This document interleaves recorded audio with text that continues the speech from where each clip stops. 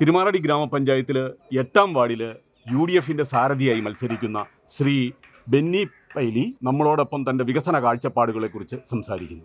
തിരുമാറാടി പഞ്ചായത്തിലെ 8-ാം വാർഡിലെ ഐക്യജനാധിപത്യ മുന്നണി സ്ഥാനാർത്ഥിയായിട്ട് ഞാൻ മത്സരിക്കുന്നു. ആ വാർഡിനെ സംബന്ധിച്ച് പറയുമ്പോൾ മണ്ണത്തൂർ കരയും അതോടൊപ്പം തന്നെ വലിയപ്പുറം കരയും കോർത്തിണക്കുന്ന ഒരു വാർഡാണ് മണിമലക്കുന്ന് വാർഡ് എന്ന് പറയുമ്പോൾ.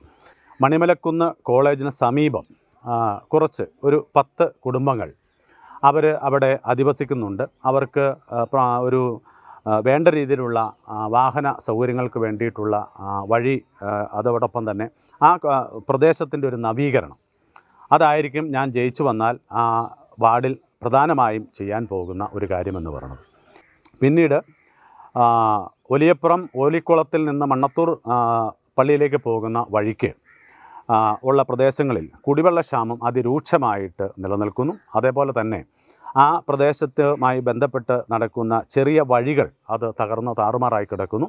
അത് ഡെവലപ്പ് ചെയ്യുന്നതിന് വേണ്ടിയിട്ടുള്ള വികസന കാഴ്ചപ്പാടുകൾ, അതിന് ഉതകുന്ന പദ്ധതികളും പ്രോജക്റ്റുകളും ആവിഷ്കരിച്ച് നടപ്പാക്കുക എന്നുള്ളതും എൻ്റെ പ്രഥമ പരിഗണനയിലുള്ള ഒരു കാര്യമാണ്. ഞാൻ ആ വാർഡിലെ എല്ലാ കുടുംബങ്ങളും ഇപ്പോൾ 2 വട്ടം കയറി കഴിഞ്ഞു.